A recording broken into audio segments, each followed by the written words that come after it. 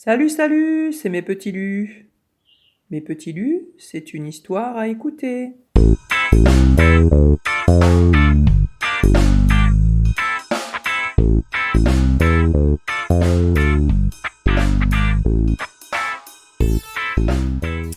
Salut, salut. Donc on continue avec les histoires comme ça de Rudyard Kipling.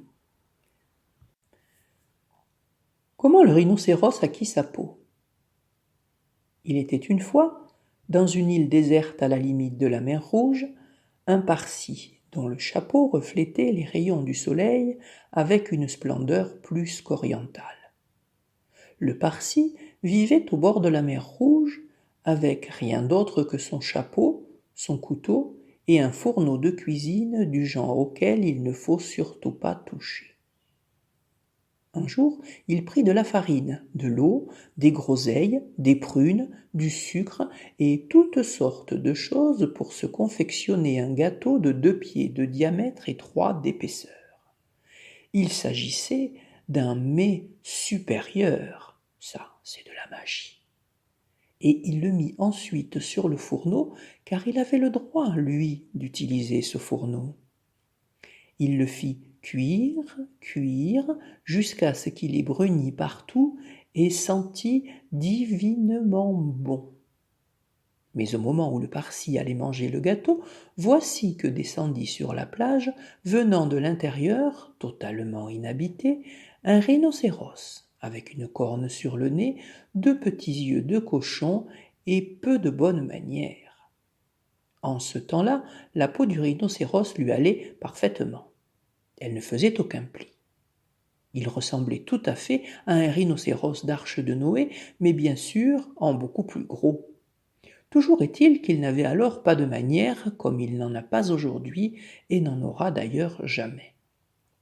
Ça alors, dit-il, et aussitôt le Parsi abandonna son gâteau pour se réfugier en haut d'un palmier, rien qu'avec son chapeau qui reflétait toujours les rayons du soleil avec une splendeur plus qu'orientale.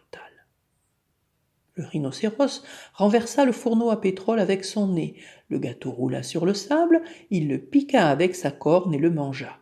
Puis repartit en remuant la queue vers l'intérieur absolument inhabité et désolé qui touche les îles de Mazanderan, Socotra et les promontoires du grand équinoxe.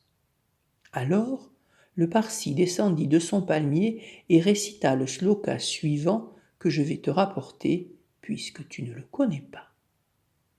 Qu'il pâtisse et ne se rit, qui s'est farci sa part de la pâtisserie qu'a cuite le Parsi. Ce qui voulait en dire bien plus que tu ne pourrais le croire. Parce que voilà que 5 semaines plus tard, il y eut une vague de chaleur dans la mer Rouge et tout le monde ôta ses habits. Le Parsi ôta son chapeau, mais le rhinocéros enleva sa peau et se la jeta sur l'épaule pour descendre se baigner. En ce temps-là, elle se boutonnait par-dessous à l'aide de 3 boutons. Elle ressemblait à un ciré. Le rhinocéros ne dit rien au sujet du gâteau du Parsi, car il l'avait mangé en entier et il n'avait jamais eu de manière, ni alors, ni maintenant, ni plus tard.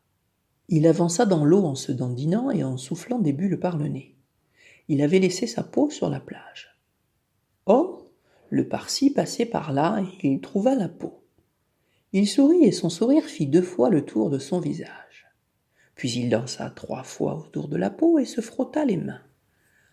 Ensuite il regagna son campement et remplit son chapeau de miettes de gâteau, car le Parsi ne mangeait que des gâteaux et il ne nettoyait jamais son campement. Il prit la peau et il secoua la peau, et il frotta la peau et il l'incrusta de vieilles miettes de gâteau, sèches et rêches, et de quelques groseilles brûlées autant qu'elles pouvaient en contenir. Puis il grimpa en haut de son palmier et attendit que le rhinocéros sorte de l'eau et remette sa peau. Ce que fit le rhinocéros. Il boutonna les 3 boutons et ça le râpait comme des miettes dans un lit. Il voulut se gratter, mais cela ne fit qu'aggraver les choses. Alors il s'allongea sur le sable et se roula encore, et chaque fois qu'il se roulait, les miettes du gâteau le démangeaient davantage. Et de pis en pis. Alors il courut jusqu'au palmier, et se frotta, se frotta encore. Il se frotta tant et si fort que sa peau fit un grand pli derrière ses épaules et un autre pli en dessous, là où se trouvaient d'ordinaire les boutons. Mais il les avait fait sauter à tant se frotter. Et il fit d'autres plis sur les pattes. Cela le mit de mauvaise humeur, mais les miettes s'en fichaient. Elles étaient sous sa peau et elles le râpaient. Alors, le rhinocéros rentra chez lui très irrité. Depuis ce jour, les rhinocéros ont tous de grands plis sur la peau et mauvais caractère. Tout ça à cause des miettes de gâteau qui sont dessous. Le Parsi descendit de son palmier avec son chapeau qui reflétait les rayons du soleil avec une splendeur plus qu'orientale. Il emballa son fourneau et partit dans la direction d'Orotavo, d'Amidal, des hautes prairies d'Antananarivo et des marais de Sonaput. Cette île déserte est passé le cap Gardafi auprès des rives de Socotra et de la mer Rose arabique, mais on y cuit.